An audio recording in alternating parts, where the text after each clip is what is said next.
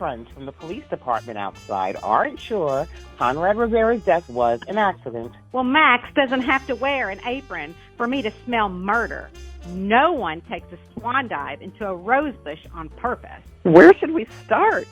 Well, the police will start looking for 3 ways to pinpoint a suspect: means, motive, and opportunity.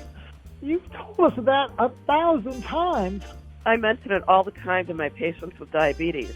But I like to add, if you have the means, you still need the motivation to stay on top of your self-care. Tanya, are you getting ahead of yourself? Pauline just said that the police aren't even sure what happened. Nonsense. Since you were at the scene of the crime, Max, I'll put a check mark for opportunity next to your name. Now we need to figure out the means. You didn't bring the victim any food, Max, did you? Ginseng, poppy seed, lemon bars.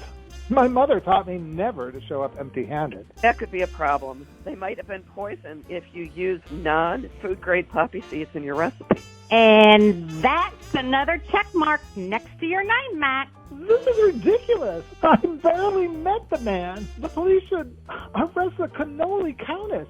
She was out on the balcony with Conrad before I found him. Did you hear anything they said? No. The sliding glass door and the curtain were closed. But I put this manuscript in my bag before the police arrived. It's the Cannoli Countess's new cookbook. Look, it says rejected right here in red marker. Well, that can't be good. And what the heck is this? It's a strange plant wedged between the pages. That's a vanilla pod. Too early. The tip is still green. When the tip turns yellow, the vanilla is ready for harvest. And that usually takes between 6 and 9 months after flowering. Too bad real vanilla is so darn expensive. Blame the price on the growing popularity of adopting a clean lifestyle. What's a clean diet? Clean eaters avoid chemicals and lab-produced substitutes.